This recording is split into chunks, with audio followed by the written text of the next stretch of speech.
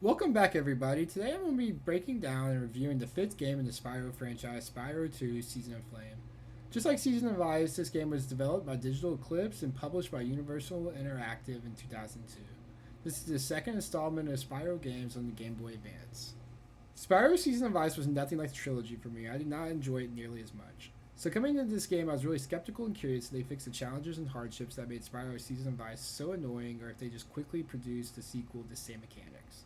In this video, I'll be breaking down the storyline, the characters, each individual realm, and my thoughts. At the end, I will give the game my overall rating and let you know if they improved from Season of Ice. So let's get after it.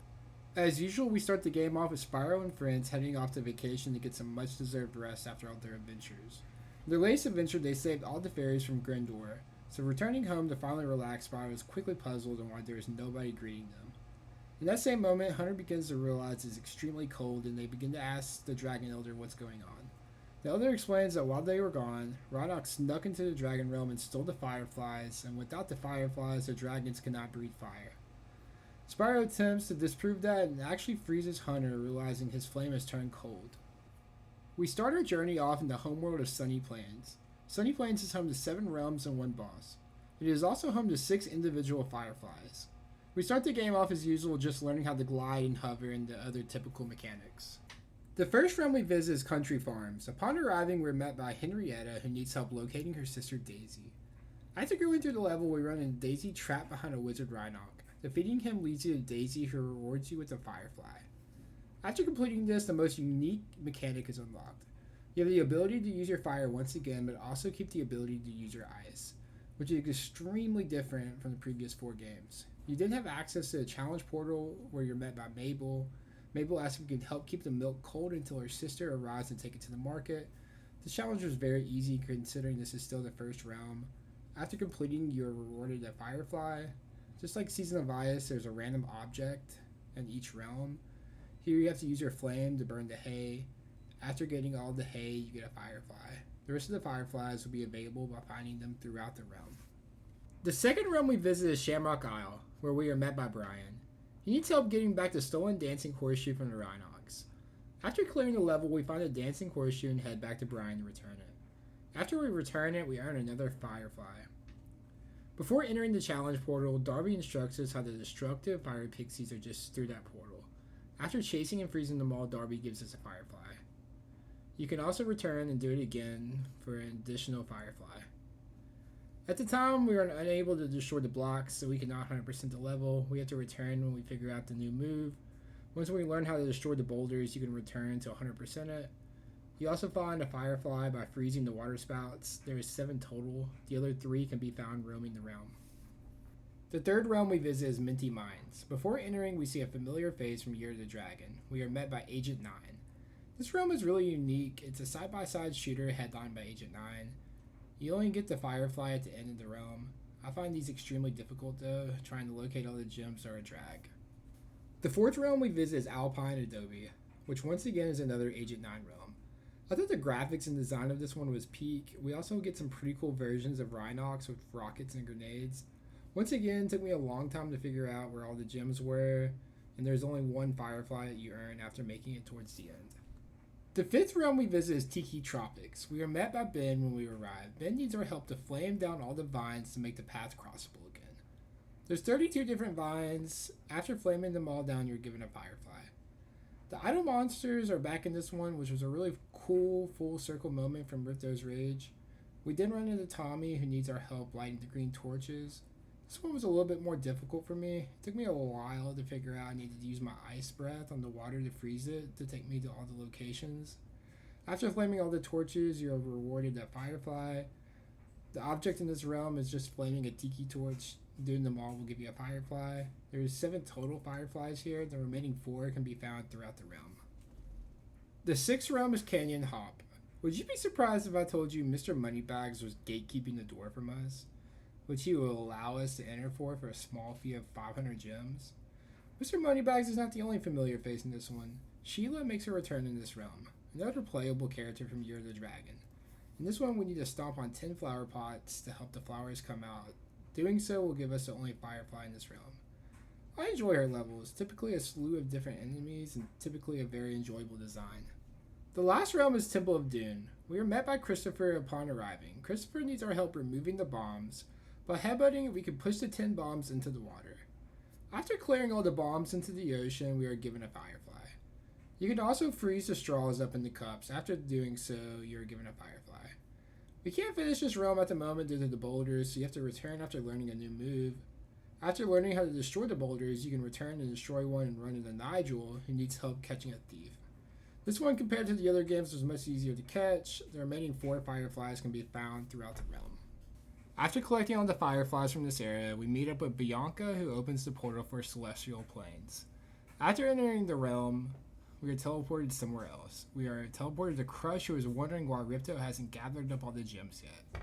When we teleport in, we find out he's been eagerly waiting for this rematch since we defeated him in Ripto's Rage. It took a few attempts to figure out the ice attacks he sends out will actually stay on the ground, giving your ice breath a power up to freeze him, which then you could just headbutt him. It was really nice getting a real boss fight though. After figuring out how to hurt him, it does get much easier, but still a fun early boss fight. After defeating Crush, the door we exit leads us to Celestial Plains. This homeworld is home to 7 individual realms and 1 boss realm as well. Also has 6 fireflies that you can find from talking to Hunter, Bianca, and using your ice breath on the moon pedestals. We also learn how to destroy the boulders. The first realm we travel to is Haunted Hills. We are met by Chatter, who needs help finding his buddy York, who's really chatty. Very vague details, but said we will know when we find them. After going through most of the realm, we reach a boulder that we destroy, which leads us to a cave where York is. After retrieving him, we are tasked to return him to Chatter, which is funny. The longer you take, the more annoying he gets. Through the challenge portal, we meet Chills. Chills wants us to complete an obstacle course under the 1 minute time period. This took a few tries, but luckily in this game I learned how to move the camera, so utilizing that mechanic came in handy. You can flame all the jack-o'-lanterns for another firefly, and the remaining 4 can be found throughout the realm. The second realm we traveled to is Candy Lane. We are met by Bart, who needs help freeing his friends. There are 5 of his friends in cages. After headbutting the cages and releasing all of his friends, he rewards you with a firefly. In the challenge portal, you are met by Robbie and task you with protecting him while he finishes his cake. This took a couple of attempts. You get bombarded by Rhinox and I didn't realize how far away they could be and still take the cake. Upon completion, he rewards you with the firefly. If you use your ice breath on all the flame candles on each individual cake, you'll get a firefly as well. The remaining 4 fireflies can be found throughout the realm. The third realm we travel to is Arctic Outback, who once again is being guarded by Mr. Moneybags. After paying him a small fee of 700 gems to enter, we are able to once again play with Sheila and enter the realm. In this realm, Sheila needs to turn the heaters back on to heat it up. By ground pounding on all 10 heaters, you get the firefly. This realm wasn't really difficult, but still one of the more enjoyable ones for me. I enjoy the movement and mechanics of Sheila's levels. The fourth realm we enter is Rumble Jungle, which is another Agent 9 realm. This one has a ton of combat, which is very enjoyable, but I really struggled with this one. It took me forever to find the last gem, and I kept dying trying to find it. I like the jungle design and the soundtrack on this one, but one of the more aggravating realms in my opinion. The sixth realm here is Winter Mesa. We are met by Andy, who needs to be escorted. We actually met Andy in the Season of Ice, so it was always dope to see a familiar face. Alas, while escorting him, he is extremely slow, and if you get too far ahead, he gets scared and runs away. I had to actually just go through and kill the enemies and then return. He took too many attempts of either the Rhinox getting him or him going out of frame and returning back. After completing it, he rewards you with the firefly.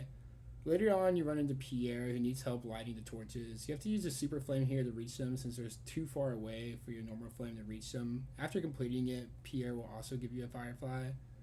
Now, this next part is arguably the most annoying challenge in the Spyro universe thus far. It's on par with the Yeti boxing. After destroying a boulder, you're met by Darren, who needs help to teach a Rhinoc goalie a lesson. Needing to score 5 goals in 60 seconds, this took me so many tries. The first 30 seconds you can really score a ton, but the next 30 seconds he turns into a prime Tim Howard. After finally beating that, he informs you he wants a rematch and you score 8 goals in 60 seconds. This once again tested my patience. After multiple attempts, I finally defeated him. Completing both gets you the firefly. You can get another firefly by flaming the Christmas trees. There's 7 in total. You can find the remaining 2 throughout the realm. The 7th realm is Watertopia, where once again we are met by a familiar face. Steffi from Season of Ice needs our help once again. Steffi needs help removing all the Rhinox from Watertopia. After removing all of them and returning to Steffi, you are given a firefly. Before entering the challenge portal, you are met by the Queen of Watertopia, Stacy, She needs help catching a thief. When I saw this, I got quite upset. If you know me at all, you know I hate catching these fellas. Thankfully, this one was quite easy.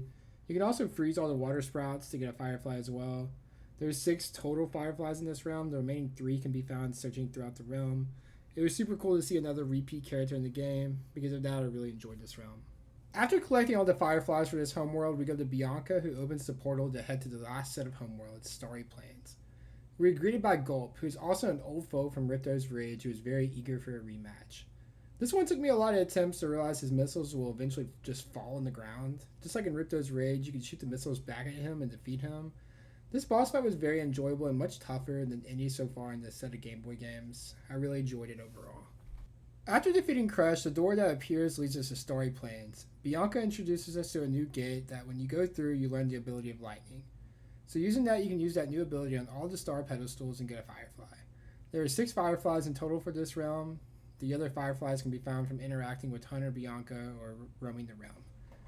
In this set of homeworlds, there is 5 realms and 1 boss realm. The first realm we enter is Volcano Vaults. This is another Agent 9 realm. Like the others, you get the firefly after making it to the end. This one was also very tough for me. Just like the others, I really struggled to find all the gems, but the enemies were also a lot tougher for me. It really stinks that when you die, they all spawn back, so at times when I would die, I would get lost since everything respawns. The second realm you enter is Ripto's Mondo Volcano. This is guarded by Mr. Moneybags, who charges you a fee of 1,000 coins to enter. This is another Sheila realm. You have to ground pound all 10 of the lava lamps in order to earn your firefly.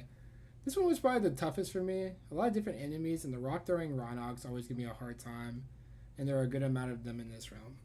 The third realm we visit is Dreamy Castle. When we arrive, we are met by Mindy, who needs our help to help rescue their mayor, Mr. Moody. He has been in a hot air balloon. This one took me a while. I initially forgot about this conversation and then stumbled upon a guy in a balloon. I flamed it and it went a different way. After rescuing him, he gives us a firefly. We also have another challenge portal here. Shirley's inside waiting for us and asks if we want to go through the obstacle course to become a knight. This is right behind the hockey challenge in terms of difficulty for me. It took multiple attempts. The wizards freezing you makes it very annoying. You cannot headbutt them or they'll freeze you as well. The easy attempt is 1 minute and 30 seconds. After multiple attempts and learning the route, I finally figured it out. The hard attempt was under 1 minute 20. This also took a few attempts, but not as many since I already knew the route.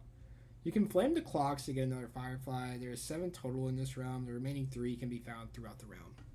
The fourth realm we visit is Moonfound. We are met by the weirdest character yet, Captain Whiskers. He needs our help to get all the systems back online.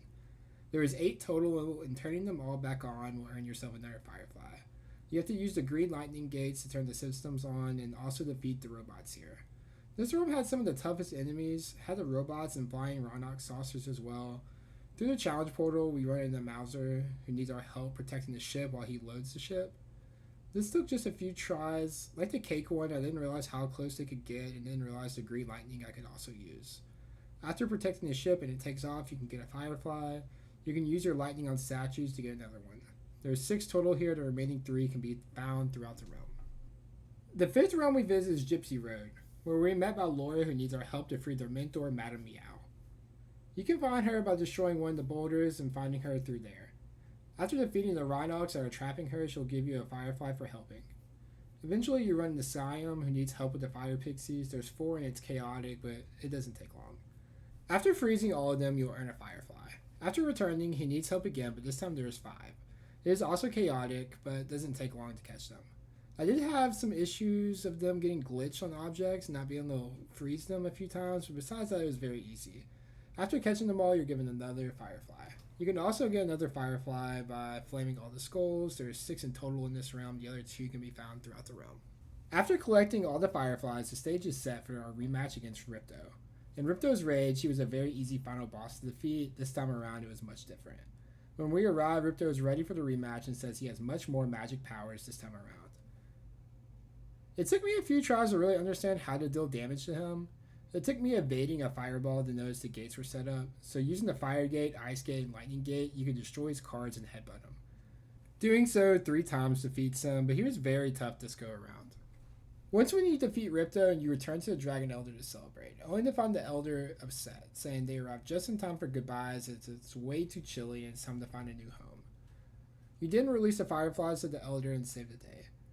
After the credits, you're able to free roam and find all the gems fireflies are missing, and then return to the Elder for a fun mini game you can do with Sparks. Like the one in Season of Ice, the movement with Sparks for this game is just so janky where it's not really fun. Mr. Moneybags also returns all the gems he schemed from you. Overall, I like this game leaps and bounds more than Season of Ice. In the Season of Ice, it was just so easy to die. I feel like they improved on that in this game. You can still die, I did multiple times, but it just gives you less leaps of faith and more detailed borders to show if it's your level. I also love that when you die in this game, the objects in each individual realm you have to flame, freeze, or lightning does not reset. This was a major improvement for me. Also, having a fairy to save your progress mid-realm so you didn't have to fully restart was awesome for me.